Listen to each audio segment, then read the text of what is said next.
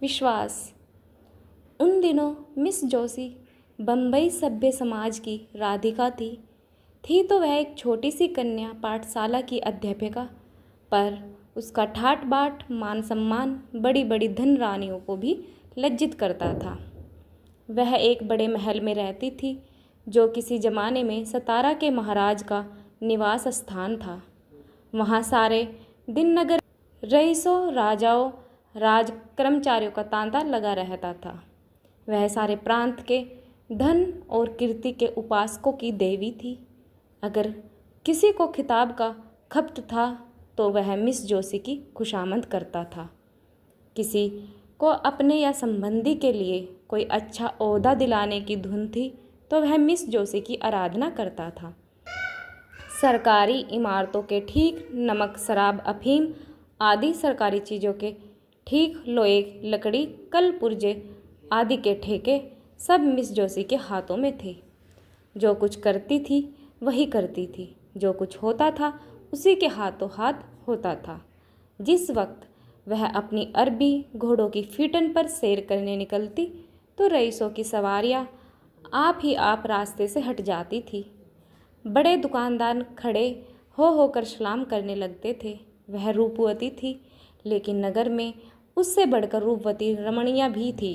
वह सुशिक्षित थी, वक्तुचर थी, गाने में निपुण, हंसती तो अनोखी छवि से, बोलती तो निराली घटा से, ताकती तो बाकी चितवन से। लेकिन इन गुणों में उसका एकाध्यपन न था।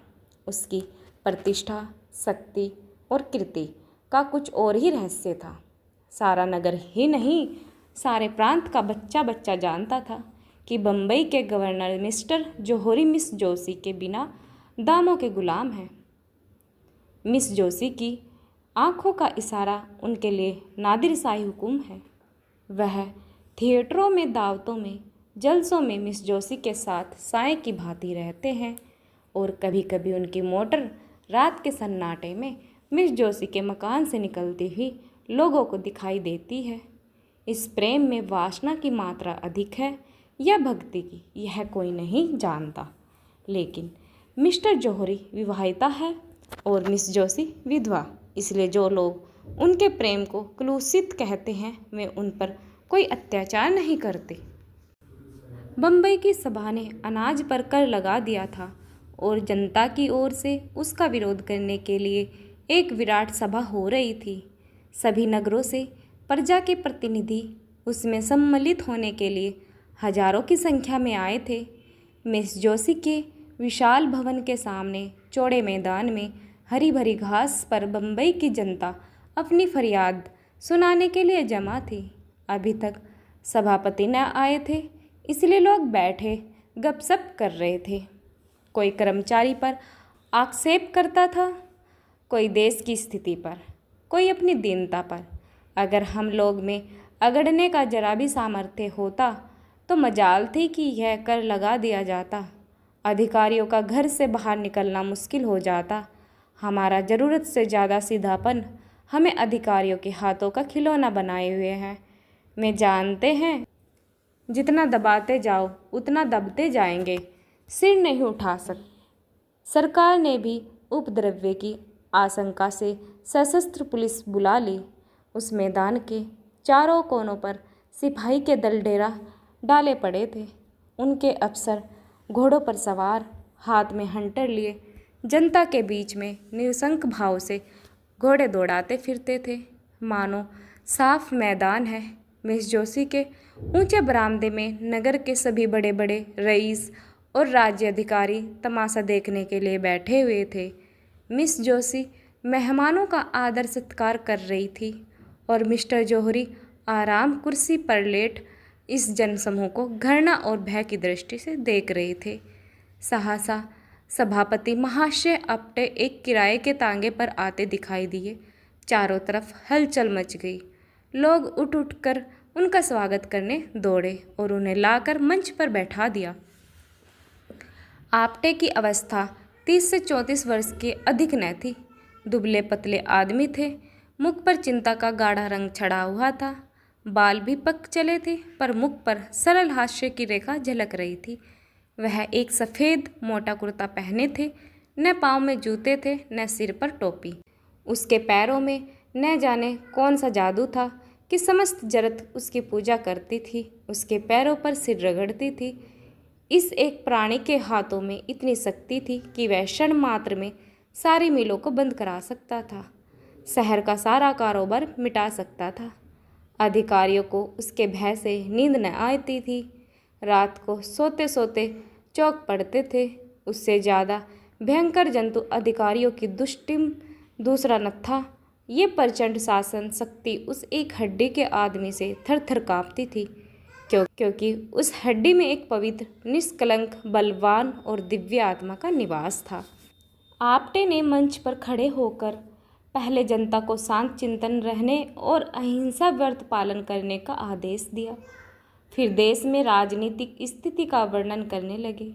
सहसा उनकी दृष्टि सामने मिस जोशी के बरामदे की ओर गई तो उनका प्रजादुख पीड़ित हृदय तिलमिला उठा। यहाँ अनगिनत प्राणी अपनी विपत्ति की फरियाद सुनने के लिए जमा थे, और वहाँ मेजों पर चाय और बिस्कुट, मेवे और फल, बर्फ और शराब की रेल पेल थी। वे लोग इन अभागों को देख देख हंसते और तालियां बजाते थे। जीवन में पहली बार आप्टे की जबान काबू से बाहर हो गई। मेघ की भांति गरज कर बोले, इधर तो हमारे भाई दाने दाने को मुहताज हो रहे हैं, उधर अनाज पर कर लगाया जा रहा है, केवल इसलिए कि राज कर्मचारियों के हलवे पूरी में कमी न हो। जो देश के राजा हैं, जो छाती फाड़कर धरती से धन निकालते हैं, भूखे मरते हैं, और वे लोग जिन्हें हमने अपने सुख और शांति की व्यवस्था करने के लिए रखा है, हमारे स्वामी बने हुए शराबों की बोतल उड़ालते हैं। कितनी अनोखी बात है कि स्वामी भूखे मरे और सेवक शराब उड़ाए, मेवे खाए और इटली स्पेन की मिठाइयाँ चखे। यह किसका अपराध है? क्या सेवकों का? नहीं, कदापि नहीं। हमारा ही अपराध है कि हमने अपने सेवकों को इतना अधिकार दे रखा है। आज हम उच्च स्वर से कह देना चाहते हैं कि हम यह क्रूर और कुटिल व्यवहार नहीं सह सकते। यह हमारे लिए असह्य है कि हम और हमारे बाल बच्चे दाने दाने को तरसे और कर्मचारी लोग विलास में डूबे हुए हमारे करुण क्रंदन की जरा भी परवाह न करते हुए विहार करें। यह आशय है कि हमारे घरों में चूल्हे न जले और कर्मचारी लोग थिएटरों में ऐश करें, नाच रंग की महफिलें सजाए, दावतें उड़ाए, वेश्याओं पर कंचन की वर्षा करे। संसार में और ऐसा कौन ऐसा देश होगा जहाँ प्रजा तो भूखी मरती हो और प्रधान कर्मचारी अपनी प्रेम क्रीड़ा में मगन हो, जहाँ स्त्रियाँ गलियों में ठोकर खाती फिरती हो और अध्यापिकाओं का वेश धारण करने वाली वेश्या आमोद प्रमोद के नशे में चूर हो। एकाएक शस्त्र सिपाहियों के दल में हलचल पड़ गई। उनके अफसर हुक्म दे रहा था, सभा भंग कर दो, नेताओं को पकड़ लो, कोई न जाने पाए यह विद्रोहोत्तम व्याख्यान है। मिस्टर जौहरी ने पुलिस के अफसर को इशारे पर बुलाकर कहा, और किसी को गिरफ्तार करने की ज़रूरत नहीं है, आप्टे को ही पकड़ लो, वही हमारा शत्रु है। पुलिस ने डंडे चलाने शुरू किए और कई सिपाहियों के साथ जाकर अफसर ने आप्टे को गिरफ्तार कर लिया। जनता ने त्योरियां बदली। अपने प्यारे नेता को यूं गिरफ्तार होते देखकर उनका धैर्य हाथ से जाता रहा। लेकिन उसी वक्त आप्टे की ललकार सुनाई दी, तुमने अहिंसा व्रत लिया है, और अगर किसी ने उस व्रत को तोड़ा तो उसका दोष मेरे सिर होगा। मैं तुमसे सविनय अनुरोध करता हूँ कि अपने अपने घर जाओ। अधिकारियों ने वही किया जो हम समझते थे। इस सभा से हमारा जो उद्देश्य था वह पूरा हो गया। हम यहाँ बवाल करने नहीं, केवल संसार की नैतिक सहानुभूति प्राप्त करने के लिए जमा हुए हैं, और हमारा उद्देश्य पूरा हो गया। एक क्षण में सभा भंग हो गई और आप्टे पुलिस के हवालात में भेजे दिए गए। मिस्टर जौहरी ने कहा, बच्चा बहुत दिनों के बाद पंजे में आया है। राजद्रोह का मुकदमा चलाकर कम से कम 10 साल के लिए अंडमान भेजूंगा। मिस जोशी, इससे क्या फ़ायदा? क्यों, उसको अपने किए की सज़ा मिल जाएगी, लेकिन सोचिए हमें उसका कितना मूल्य देना पड़ेगा। अभी जिस बात को गिने गिनाए लोग जानते हैं वह सारे संसार में फैलेगी और हम कहीं मुंह दिखाने लायक नहीं रहेंगे। आप अखबारों में संवाददाताओं की जबान तो नहीं बंद कर सकते। कुछ भी हो, मैं इसे जेल में सड़ाना चाहता हूँ। कुछ दिनों के तो चैन की नींद नसीब होगी। बदनामी से डरना ही व्यर्थ है। हम प्रांत के सारे समाचार पत्रों को अपने सदाचार का राग अपनाने के लिए मोल ले सकते हैं। हम प्रत्येक लांछन को झूठ साबित कर सकते हैं। आपटे पर मिथ्या दोषारोपण का अपराध लगा सकते हैं। मैं इससे सहज उपाय बतला सकती हूँ। आप आपटे को मेरे हाथ में छोड़ दीजिए। मैं उससे मिलूंगी और उन यंत्रों से जिनका प्रयोग करने में हमारी जाति सिद्धहस्त है, उसके आंतरिक भाव और विचारों की तह लेकर अपने सामने रख दूंगी। मैं ऐसे प्रमाण खोज निकालना चाहती हूँ जिनके उत्तर में उसे मुंह खोलने का साहस न हो और संसार की सहानुभूति उसके बदले हमारे साथ हो। चारों ओर से यही आवाज़ आए कि यह कपटी और धूर्त था और सरकार ने उसके साथ वही व्यवहार किया जो होना चाहिए। मुझे विश्वास है कि वह षड्यंत्रकारियों को मुखिया है। मैं इसे सिद्ध करना चाहती हूँ। मैं उसे जनता की दृष्टि में देवता नहीं बनाना चाहती हूँ, उसको राक्षस के रूप में दिखाना चाहती हूँ। ऐसा कोई पुरुष नहीं जिस पर युवती अपनी मोहिनी न डाल सके। अगर तुम्हें विश्वास है कि तुम यह काम पूरा कर दिखाओगी तो मुझे कोई आपत्ति नहीं है। मैं तो केवल उसे दंड देना चाहता हूँ, तो हुक्म दे दीजिए कि वह इसी वक्त छोड़ दिया जाए। जनता कहीं तो न समझेगी कि सरकार डर गई। नहीं, मेरे ख्याल में तो जनता पर इस व्यवहार का बहुत अच्छा असर पड़ेगा। लोग समझेंगे कि सरकार ने जनमत का सम्मान किया है। लेकिन तुम्हें उसके घर जाते लोग देखेंगे तो मन में क्या कहेंगे। नकाब डालकर जाऊंगी, किसी को कानों कान खबर न होगी। मुझे तो अब भी भय है कि वह तुम्हें संदेह की दृष्टि से देखेगा और तुम्हारे पंजे में न आएगा। लेकिन तुम्हारी इच्छा है तो आजमा देख लो। यह कहकर मिस्टर जौहरी ने मिस जोशी को प्रेम में नेत्रों से देखा, हाथ मिलाया और चले गए। आकाश पर तारे निकले हुए थे। चैत की शीतल सुखद वायु चल रही थी। सामने के चौड़े मैदान में सन्नाटा छाया हुआ था। लेकिन मिस जोशी को ऐसा मालूम हुआ मानो आपटे मंच पर खड़ा बोल रहा है। उसके शांत सौम्य विषादमय स्वरूप उसकी आंखों में समाया हुआ था। प्रातःकाल मिस जोशी अपने भवन से निकली, लेकिन उसके वस्त्र बहुत साधारण थे और आभूषण के नाम शरीर पर एक धागा भी नहीं था। अलंकार वहीन होकर उसकी छवि स्वच्छ जल की भांति और भी निखर गई। उसने सड़क पर आकर एक तांगा लिया और चली।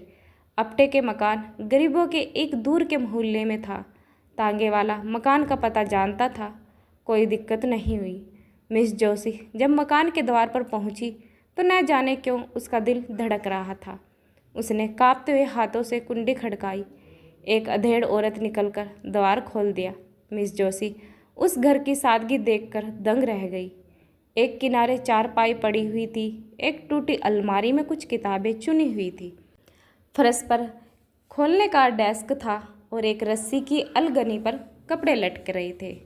कपड़े के दूसरे हिस्से में एक लोहे का चूल्हा था और खाने के बर्तन पड़े हुए थे।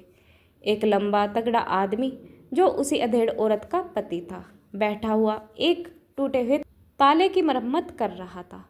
एक 5-6 वर्ष का तेजस्वी बालक आपटे की पीठ पर चढ़ने के लिए उनके गले में हाथ डाल रहा था। आपटे इसी लोहार के साथ उसी घर में रहते थे। समाचार पत्रों के लेख लिखकर जो कुछ मिलता उसे दे देते और इसी भांति गृह प्रबंध की चिंताओं से छुट्टी पाकर जीवन व्यतीत करते थे। मिस जोशी को देखकर आपटे जरा चौंके, फिर खड़े होकर उनका स्वागत किया और सोचने लगे कि कहाँ बैठाऊं।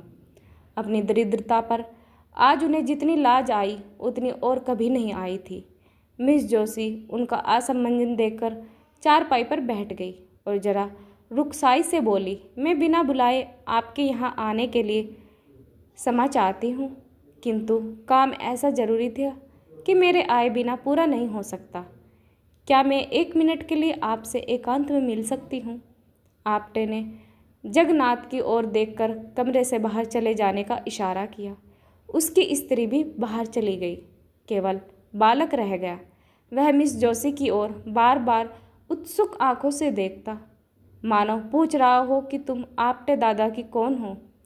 मिस जोशी ने चारपाई से उतरकर जमीन पर बैठते हुए कहा, आप कुछ अनुमान कर सकते हैं कि इस वक्त क्यों आई हूँ? आपटे ने झेपते हुए कहा, आपकी कृपया के सिवा और क्या कारण हो सकता है? मिस जोशी, नहीं, संसार इतना उदार नहीं हुआ कि आप जिसे गालियाँ दे वह आपको धन्यवाद दे। आपको याद है कि कल आपने अपने व्याख्यान में मुझ पर क्या क्या आक्षेप किए थे? मैं आपसे जोर देकर कहती हूँ कि मैं आरोप आपने मुझ पर घोर अत्याचार किया। आप जैसे सहृदय शीलवान विद्वान आदमी से मुझे ऐसी आशा नहीं थी। मैं अबला हूँ, मेरी रक्षा करने वाला कोई नहीं है। क्या आपको उचित था कि एक अबला पर मिथ्यारोपण करे? अगर मैं पुरुष होती, खेलने का आग्रह करती। अबला हूँ, इसलिए आपकी सज्जनता को स्पर्श करना ही मेरे हाथ में है। आपने मुझ पर जो लांछन लगाए वे सर्वथा निर्मूल है। आपटे ने दृढ़ता से कहा, अनुमान तो बाहरी प्रमाणों से ही किया जाता है मिस जोशी। बाहरी प्रमाणों से आप किसी के अंतस्थल की बात नहीं जान सकते। आपटे, जिसका भीतर बाहर एक न हो उसे देखकर भ्रम में पड़ जाना स्वाभाविक है मिस जोशी। हाँ, तो वह आपका भ्रम है और मैं चाहती हूँ कि आप उस कलंक को मिटा दें जो आपने मुझ पर लगाया है। आप इसके लिए प्रायश्चित करेंगे? आपटे, अगर न करूँ तो मुझ में बड़ा दुरात्मा संसार में न होगा। मिस जोशी, आप मुझ पर विश्वास करते हैं? आपटे, मैंने आज तक किसी रमणी पर विश्वास नहीं किया। मिस जोशी, क्या आपको यह संदेह हो रहा है कि मैं आपके साथ कौशल कर रही हूँ? आपटे ने मिस जोशी की ओर अपने सहृदय सजल सरल नेत्रों से देखकर कहा, बाई जी, मैं गंवार और अशिष्ट प्राणी हूँ, लेकिन नारी जाति के लिए मेरे हृदय में जो आदर है वह श्रद्धा से कम नहीं जो मुझे देवताओं पर है। मैंने अपनी माता का मुख नहीं देखा, यह भी नहीं जानता कि मेरा पिता कौन था, किंतु जिस देवी की दया वृक्ष की छाया में मेरा पालन पोषण हुआ, उनकी प्रेम मूर्ति आज तक मेरी आंखों के सामने है और नारी के प्रति मेरी भक्ति जो सजीव रखे हुए हैं। मैं उन शब्दों को मुंह से निकालने के लिए अत्यंत दुखी और लज्जित हूँ जो आवेश में निकल गए, और मैं आज ही समाचार पत्रों में खेद प्रकट करने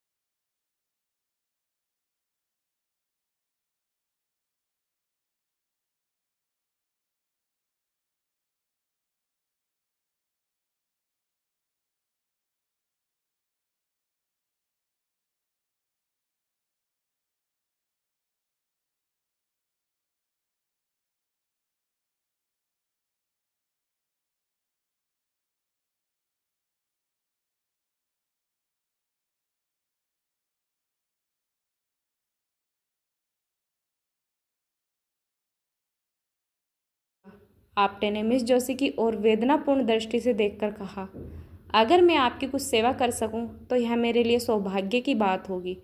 मिस जोशी, हम सब मिट्टी के पुतले हैं, कोई निर्दोष नहीं।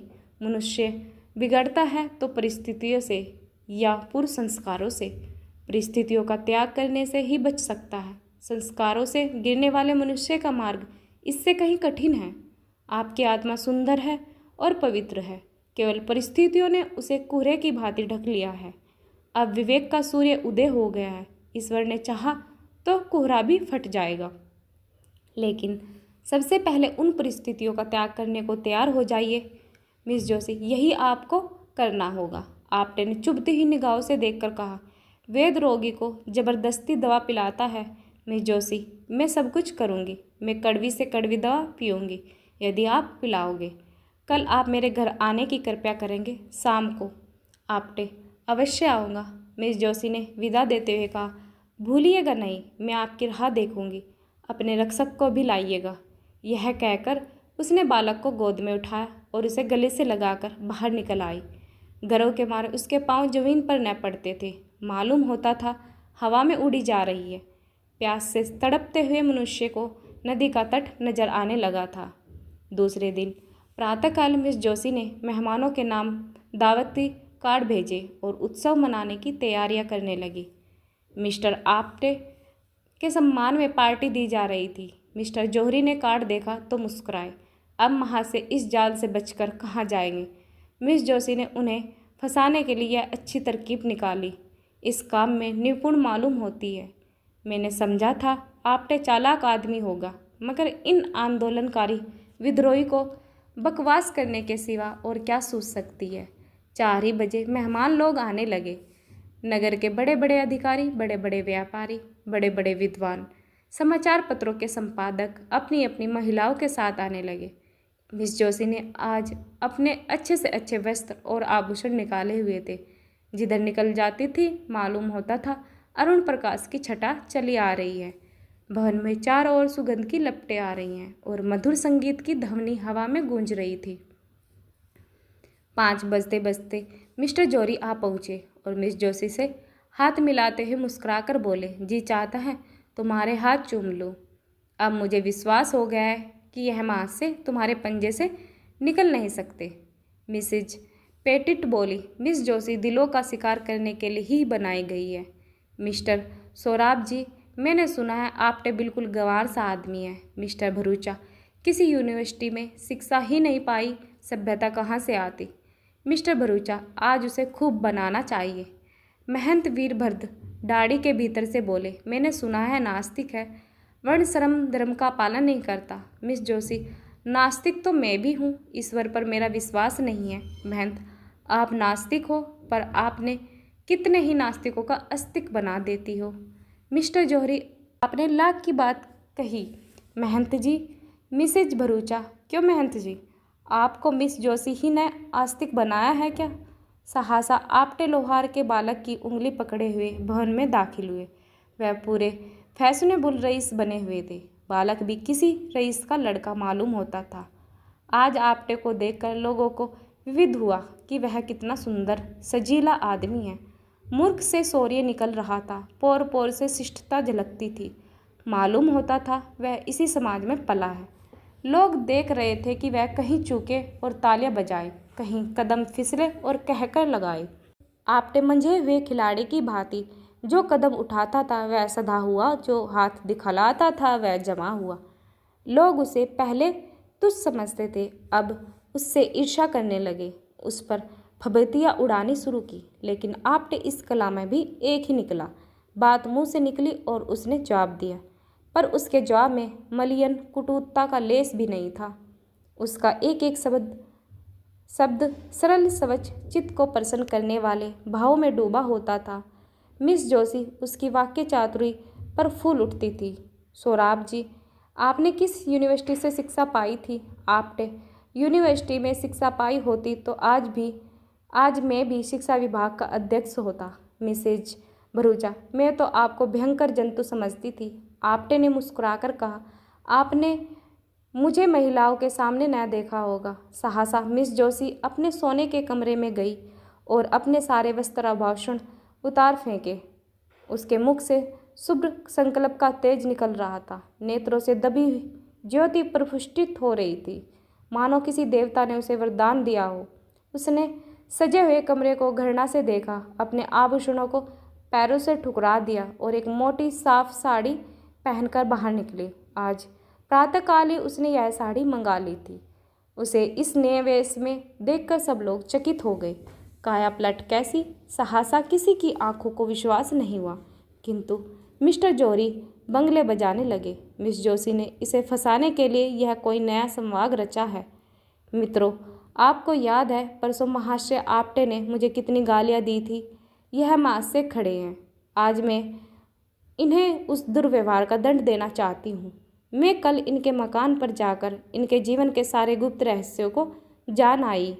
यह तो जनता की भीड़ गरजते फिरते हैं, मेरे एक ही निशाने पर गिर पड़े। मैं उन रहस्यों को खोलने में अब विलंब न करूँगी। आप लोग अधीर हो रहे होंगे। मैंने जो कुछ देखा वह इतना भयंकर है कि उसका वृत्तांत सुनकर शायद आप लोगों को मूर्छा आ जाएगी। अब मुझे लेस मात्र भी संदेह नहीं कि यह महाशय पक्के देशद्रोही है। मिस्टर जौहरी ने ताली बजाई और तालियों की हाल में गूंज उठा। मिस जोशी, लेकिन राजद्रोही नहीं, अन्याय के द्रोही, दमन के द्रोही, अभिमान के द्रोही। चारों ओर सन्नाटा छा गया। लोग विस्मित होकर एक दूसरे की ओर ताकने लगे। मिस जोशी गुप्त रूप से शस्त्र जमा किए और गुप्त रूप से हत्याएं की हैं। मिस्टर जौहरी ने तालियां बजाई और तालियों का दोगोड़ फिर बरस गया। मिस जोशी, लेकिन किसकी हत्या? दुख की, दरिद्रता की, प्रजा के कष्टों की, हठधर्मी की और अपने स्वार्थ की। चारों ओर फिर सन्नाटा छा गया। लोग चकित होकर एक दूसरे को ताकने लगे, मानो उन्हें अपने कानों पर विश्वास नहीं। मिस जोशी, महाराज आप्टे ने डकैतियाँ की और कर रहे हैं। अब किसी ने ताली नहीं बजाई। लोग सुनना चाहते थे कि देखे आगे क्या कहती हैं। उन्होंने मुझ पर भी हाथ साफ किया, मेरा सब कुछ अपहरण कर लिया, यहाँ तक कि अब मैं निराधार हूँ। उनके चरणों के सिवा मेरे लिए आश्रय नहीं। प्राणधार इस अबला को अपने चरणों में स्थान दो, उसे डूबने से बचाओ। मैं जानती हूँ तुम मुझे निराश नहीं करोगे। यह कहते कहते वह जाकर आप्टे के चरणों में गिर पड़ी। सारी मंडली स्तंभित रह गई। 1 सप्ताह गुजर चुका था। आप्टे पुलिस के हिरासत में थे। उन पर 4 अभियोग चलाने की तैयारी चल रही थी। सारे प्रांत में हलचल मची हुई थी। नगर में रोज सभाएं होती थी। पुलिस रोज 10-5 आदमियों को पकड़ती थी। समाचार पत्रों में जोरों के साथ वाद विवाद हो रहा था। रात के 9 बज गए थे। मिस्टर जौहरी राजभवन में मेज पर बैठे हुए सोच रहे थे कि मिस जोशी को क्या करके वापस लाए। उसी दिन से उनकी छाती पर सांप लौट रहा था। उसकी सूरत एक क्षण के लिए आंखों से न उतरती थी। वह सोच रहे थे, इसने मेरे साथ ऐसी दगा की, मैंने इसके लिए क्या कुछ नहीं किया। इसकी कौन सी इच्छा थी जो मैंने पूरी नहीं की। इसी ने मुझसे बेवफाई की। नहीं, कभी नहीं। मैं इसके बगैर जिंदा नहीं रह सकता। दुनिया चाहे मुझे बदनाम करे, हत्यारा कहे, चाहे मुझे पद से हाथ धोना पड़े, लेकिन आप्टे को नहीं छोड़ूंगा।